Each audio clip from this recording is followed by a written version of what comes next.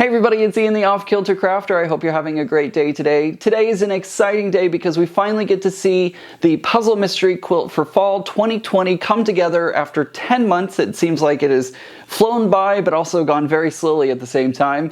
We finally get to see how all the pieces come together for the Puzzle Mystery Quilt. Are you game? So let's go ahead and start putting the pieces together. Alright guys, this is it. This is month 10. This is what we've been waiting for. I have everything that I need for today's project. I have my instructions, I have my fabric guide, I have my fabric packet number 10. I also went ahead and bought some extra fabric. Because I like my quilts bigger, I like to add extra borders. So I have extra green fabric that I'm going to put around the edges of my quilt to add a border. And then I did go ahead and purchase some extra blue fabric as well, because in our packet here, and we have some goodies too. In this packet for mine, I have some extra blue fabric, which is fabric C. So that's going to be your binding for your quilt. So I went ahead and bought a little extra because I'm going to be making my quilt bigger. I want to make sure that I have enough extra fabric to make that binding as well. So let's go ahead and open up the packet and see what's inside. First things first, I have a little goodie in my package, some blank note cards that will be perfect for me to write some thank you notes to, or some birthday notes, or any kind of notes. So you should have gotten a little goodie in your packet 10. Alright, I'm not going to unfold these because these are going to be like way bigger than the frame of my desk here, but in this package you should have 3 strips of C fabric in 3 different lengths. There are 4 of a shorter one, 2 of a medium one, and 2 of a longer one. And then for fabric A, which in my case is this black fabric, I have 2 that are shorter and 2 that are longer. So I'm not sure which of these 2 those are, but those are included. And then you also should have your C fabric, like I said earlier, for your binding. So that's going to help you with your binding. And since I'm making mine bigger, I needed a little bit more just in case. Alright, here we go. Let's go ahead and start putting everything together. We're going to start off in the center of this quilt, like most quilts. From Cotton Cuts, we start off in the center. It says you'll need both sections 8A and 8B, and both sections of 5A. We're going to make 2 of this assembly. So we're going to join 8A and 8 to 8B, and then we're going to press towards 8B. Then we're going to join 5A to the right and press towards 8B. So that looks like this whenever we put it all together. So we're going to join 8A and 8B together, and then we're going to add in 5A to the right. So I'm going to go ahead and sew these together, and I'll make sure to give you pressing instructions as well as we go along. But we're going to start off doing that, and we're going to do it 2 times. Okay, I've just finished sewing 8A and 8B together. I did press them. It's it'll fight you a little bit at that triangle, but I went ahead and pressed it to our 8B because that's what the instructions say to do. And now we're going to join 5A to the right. And again, we're going to press towards 8B in the center. And again, we're doing this twice. Okay, we have finished our first step. So we've joined 5A to the right. We've also pressed this one inwards towards 8B, which is our center one, and we're now ready to move on to our next step.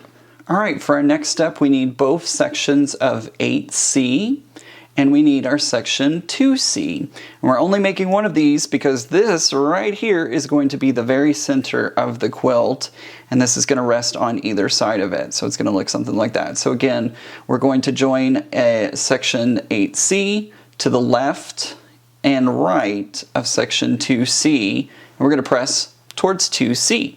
So that should be fairly easy. Let's go ahead and do that. Alright, there we go. I have attached our center row here, and I have made sure to press inwards towards our 2C clue right there in the center. So it should look like that. Let's go ahead and move on to our next step. Okay, I'm going to try and keep it up on my tabletop as long as I can, but at some point I'm going to have to move onto my living room floor because this is just going to get too big for my tabletop, but we'll get there. First of all, we're going to move on to our next one. For this one, we're going to need both sections of 7B, and we're going to make 1 of this assembly because, again, this is the center part of the quilt. For step number 4, it says to join step 2 row to the top and bottom of step 3. Okay, so I'm going to move these out of the way for just a moment.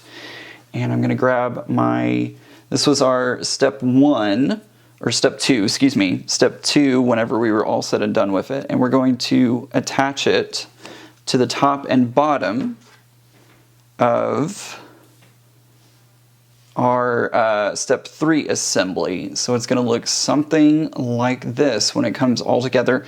Make sure that you're turning your rows in the correct direction. Make sure that you're not sewing, for instance, don't do this one. You want to make sure to turn it around so that way all the points are pointing out to their respective direction. So I'm going to go ahead and sew this together, and we're going to make sure fabric A is towards the center, and then we're going to press towards the outside. So we're going to press everything towards the towards the outside. All right, let's sew this up. All right, we completed step 4 of this section, of the center section, so it should look something like this. I'm loving how this is coming together. Next, we're going to join sections of 7B to the left and to the right, and we're going to press towards the outside. So we're going to put this on the left. So make sure I'm doing this right. So we have the E fabric here is going that way. And then I'm going to flip this one around so that the E fabric is going, the bigger sides are going that way. Does that make any sense at all? I don't know. That's my dance and I'm going with it. Anyways, like I said, we're going to join B to the left and right, making sure that fabric D is towards the center. So fabric D, in my case, is going to be this green fabric, fabric D. So fabric D is towards the center. Yes, just like this. I like triple check myself on my instructions just to make sure that I'm doing it right, because I always get nervous that I'm going to mess something up. But anyways, this is how we're going to do it. So let's go ahead and attach our clues onto the left and right.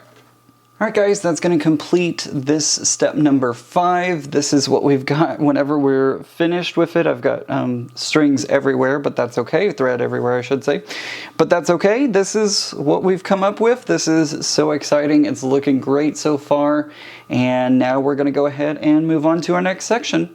All right, we're moving on to step number 6. For this part that we have laid out in front of us, we're going to need both sections of 2A, 2B, and 4B, plus all 4 of the shortest strips from C in this month's pack. So you'll need your strips of C fabric that are the shortest ones, and they should be about 2.5 inches by 26 inches, something close to that manner. All right, for step number 6, we're going to join sections of 2A to the left of 2B. So we're just going to connect these like so. It's going to be really easy. And then we're going to press this to the left. All right, I have completed step number 6 by joining 2A and 2B. I pushed the seam, not pushed, but I ironed the seam down. I noticed that all of my black pieces of fabric on my colorway, they were laying on top of the red. The seams were laying on top of the red. So I went ahead and followed. When I'm looking at it from the back, I was pressing to the left, if that makes any sense at all. So that way everything was kind of consistent and had a similar look to it. So there we go. All right, so we've done step number 6. We're moving to step number 7, which says to join a section of 4B to the right of 2B. We're going to press this to the right. So we're going to do that 2 times. All right, here we go. We have completed step number 7. Pay very close attention. Make sure that you are paying attention to this F fabric, because F fabric is supposed to be pointing out towards the outer points of your quilt, and your fabric E is supposed to be pointing in towards the center of your quilt. So just keep that in mind whenever you're working on this section. Now we're going to move on to step number 8, which says to join strips of C to the top and bottom, making sure that the ends are lined up and pinned, pressed to the outside. Now you're going to notice that these are actually a little bit longer than what you're going to need. We're going to end up having to trim this down a little bit. They give you a little extra fabric so that way you have a little bit of wiggle room. So we're going to go ahead and do this. There are some tips. If you look at your instructions, there are some tips on adding these long strips onto your onto your quilt or onto different sections. So I'm going to go ahead and put these on. I'm going to be honest, I'm lazy whenever it comes to putting stuff together like this, so I'm not going to pin. And especially with having so much wiggle room here, I don't think it's going to be a big deal. So I'm going to go ahead and put these pieces together, and I'll come back once I get both the top and bottom put onto my middle section. Okay, I've completed step number 8. I have both of mine here. One's upside down because I wanted you to see that I did press my seams to the top and to the bottom, so outwards. But I do have 2 of these. You can probably see it a little bit on camera. They're a little wonky. There's probably going to be a couple of wrinkles in them, but I do want to remind you that the quilting police will not show up at your doorstep if you don't get it 100% perfect. And my quilts, I'm always more of the thought that a finished quilt is way better than a perfect quilt, so that's kind of what I go with. So these are the 2 pieces that we just finished in step number 8, and we're going to flip one of these around because this is actually going to go on the bottom of what we did for the central part. I'll go ahead and grab that and we'll move on to our step number 9. Alright, we're starting to get to the point where the quilt is becoming larger than my tabletop, but I'm going to try my best here. For step number 9, it says to join step 8, which is this part up here, to the top and bottom of step 5, which is the center of our quilt. Make sure you're positioning the sections so that triangle E in step 8 is towards the center triangle F towards the outside. So remember, our triangles of E are going to point towards the center of our quilt, just like we have here in the center medallion. And then, did I say F? E? I always get confused. Anyways, E is pointing in, F is pointing out. E in, F out. I also wanted to make sure that my strips were the right size. So you'll notice I haven't cut anything yet because I really wanted to double check myself and make sure that everything was lining up correctly. Now, if I take my center medallion area, this is step 5. If I take step 5 and I move it up to the center, you'll see that it's pretty close. It's not 100%. I usually have to kind of wiggle things a little bit and kind of adjust. But also notice that my fabric E here at the top of my medallion is actually pointing right to the center of that step number 8. So I think I'm good. Again, I wanted to double check before I cut. You always measure twice, cut once. So I'm going to go ahead and cut off my extra bits of fabric on my step number 8. And then I'm going to go ahead and sew this to the top and then the other one to the bottom of step number 5. Okay, I'm finished with step 9. I've gone ahead and it says to press to the outside, so I press the top one up and the bottom one down. Obviously my tabletop is not big enough for me to fit this whole piece on here, but I have gone ahead and gotten both the top and bottom attached. I did make sure to triple check to make sure my F fabric was out, my E fabric was in, and we have now completed the center. This completes the center section, and next we'll make the sides. This section should measure about 26 inches by 32 inches. And if you need to, you can trim a little off the top and the bottom strip C to make it fit the side sections, but wait until we've made these sections before doing so. So we may have to trim a few things up whenever we get to those side sections, but honestly, I tend to not. If you'll notice here, I have a little bit of an overlap, and over here just a slight overlap as well. I usually don't trim these. I usually just kind of work the fabric as I'm sewing them. So we have now completed this center section. It looks so amazing, and let's go ahead and move on to our next step. All right, we're gonna start working on the sides. For both sections, you'll need 4A, clue 6, and clue 7A. So we're going to use all 3 of these together. As you can see, I don't have them attached quite yet, and I'm also laying it on its side so that way we can actually fit it in the camera shot. So we're going to be working with these next, and remember we're going to be making 2 of these because we need both sides.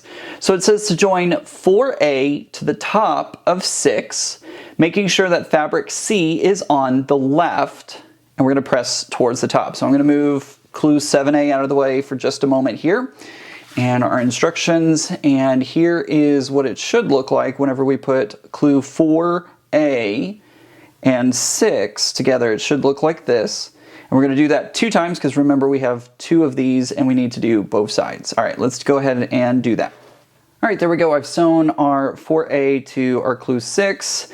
And I have this one flipped upside down so that way you can see I pressed it towards the top where these 2 clues met. I'm pushing it up, or I'm ironing towards the top. I keep saying pushing because in a way I kind of am. But anyways, ironed it so that way our seams are pointed towards the top. I'm going to take this one away. And so here we have 4A, clue 6, and now we're going to move this up and we're going to go ahead and attach our clue 7A to the bottom of clue 6, and we're going to press towards the bottom. So we're just going to put that on just like that, and we're doing it 2 times. Okay, I have added clue 7A to the bottom of clue 6. If you want to turn your head to the side, this is the top, this is the bottom of the side. So that's kind of how that works. And then I've pressed again. Remember, we're pressing towards the top and to the bottom. So towards the top of clue 4A and to the bottom of clue 7A. Yes, my backside of my pieces are always messy as all get out, but you know, again, it's not about perfection for me. All right, so there we go. This is now done. We've made 2 of these and they should measure 8 inches wide by 32 inches tall. And now it's time to start applying these to the sides of our center section. Hi everyone, I had to transition to the floor so that way you could actually see everything in one frame. So here is our center section. This is really awkward, by the way. Anyways, here is our center section ready to go. We have our 7A, clue 6, and clue 4A. It's going to line up like this. We're flipping it for the other side. So this is clue 7A, clue 6, clue 4A. So it's going to look something like this. Some key things to remember. Whenever you're putting on your sides, what you really want to line up the most, the part that really, to me at least, should be your main focus is making sure that these sections right here, where we have these, in my case, the red lines, I want all of these to match up so that way it forms a box. So whenever I take this to my sewing machine, I'm going to be very careful and I'm going to make sure to line these points up. I might even use a pin or a clip to make sure that they stay in place. Shocking, I know. But I want to make sure that those stay in place because that's going to be the most, that's going to be the area of focus where most people, their eyes will go to first. So whenever I'm putting these together, I really want this square to line up nicely. So we're going to go ahead and do that. We're going to attach both sides onto our center section. I realized that the last part may have been out of focus because I was still focused for the tabletop and not on the floor. So I apologize if that last section was a little blurry. I think you get the idea of what was going on. Here is everything that we've done so far. We've got our sides in place. I made sure to keep this, this square as nice and crisp as I could, so that way all the corners matched up. And it looks like we're good to go with this section. Time to move on. All right, moving on to the assembly for the top and bottom, we're going to need sections 1, 3, 5B, and 9. We're going to need 2 of them because we're going to create the top and the bottom. All right, for step number 1 of the top and bottom, we're going to join section 1 to the left and to the right of section 5B, making sure that the fabric B and E are towards the center. We're going to press towards the center. So whenever we're looking at this, we want to make sure that our fabrics B, which in my case is the red, and E, which is my orange, those are going to be facing inwards to make this square like we did on the side. So it's going to look something like this. So we're going to put those together. Again, this is clue 1, and clue 5B. We're going to sew this to the left and right, and then we'll be able to press it towards the center. As you can see, I've put together my 1, 5B, and 1. And now what we're going to do is we're going to join section 3 to the left side, pressing towards the center. And then for step number 3, I'm going to go ahead and talk about it because all it is just adding section 9 to the right and pressing towards the center. So section 3 goes on the left, section 9 goes on the right, and you press towards the center and we'll have the top and bottom ready to go. All right, there we go. There's our two top and bottom, or top or bottom, or however you want to arrange them. Basically, we finished with our step number 3. So we have clue 3, clue 1, clue 5B, clue 1, and clue 9. If you accidentally got them mixed up so that 9 was over here and 3 was over there, it doesn't matter all that much, because to me, it appears that they're both exactly the same. So no worries. Now it's time to move on to step 4, and it says to join the top and bottom rows to the quilt, and we're going to press towards the center. So let me go grab the rest of the quilt and add my top and bottom row to the rest of the quilt. All right, there we go, guys. We finished step number 4. We've added the top and bottom rows to the quilt, and we've pressed it towards the center. We are almost done, and it is just barely fitting in the frame. In fact, I don't even know that it really is fitting in the frame anymore. I'm gonna have to figure out another way to display this, but we are now ready to move on to the next step, which is to add our borders. All right, as you can see, I've gotten the main part of the quilt all assembled, ready to go. I've laid out my next part, which is my borders. So it's gonna be up here at the top and along the side. I haven't sewn those on yet. But looking at the instructions for the borders, from this month's pack, you'll need 2 strips of C. They're 1.5 inches by 53 inches for the side borders, and 2 strips of C, which are 1.5 by 43 inches for the top and bottom borders. So right now I have my C fabric for the borders all laid out. So we're going to use that. For step number 1, we're going to join the long side borders of C to the quilt top and press outwards. So we're going to, first of all, I'm having to look in the viewfinder here, but we're going to attach these side ones on first. And once we get those attached, we're going to press them outwards, so out away from the quilt. And then the step 2 for it is going to be adding the top and bottom borders of C, and we're going to press those outwards as well. So in recap, we're going to add on our 2 side borders first, press outwards, and then we're going to add our top border and our bottom border and press outwards on those as well. All right, guys, we're on the penultimate step. We have step number 3. I'm really struggling at this point to be able to fit everything into the camera frame. I apologize, doing the best I can. But next, we're going to join the long side borders of A to the quilt top, because now we need 2 strips of A, 3.5 inches by 55 inches for the borders, and 2 strips of A, 3.5 by 48.5 inches for the top and bottom borders. So we're going to join our side borders on first using the A fabric. And once we get those pressed outwards, then we're going to add the top, which is out of frame unfortunately, and the bottom, which is just barely in frame here. So I'm going to go ahead and put those on, and then we'll be done.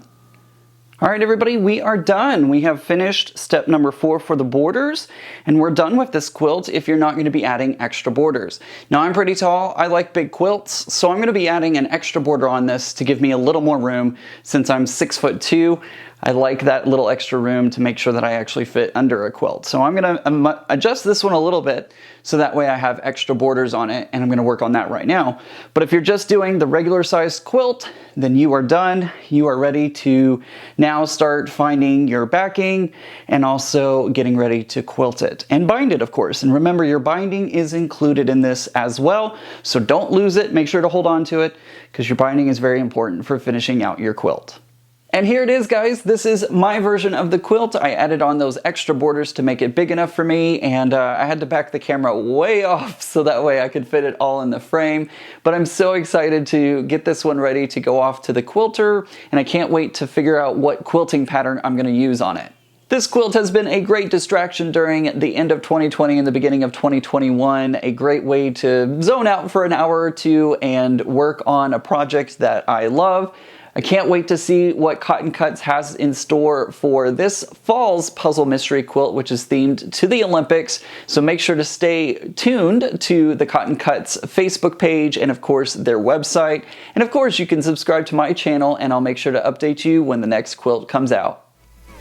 Thanks for watching today's video. I really hope you enjoyed it. I'm making it my goal in 2021 to hit 100,000 subscribers, but I need your help to make that happen. Take a moment and subscribe to my YouTube channel, and then don't forget to check out the other great videos that I have here on my channel. Also, share this video with your friends and tell them to come check out the Off Kilter Crafter.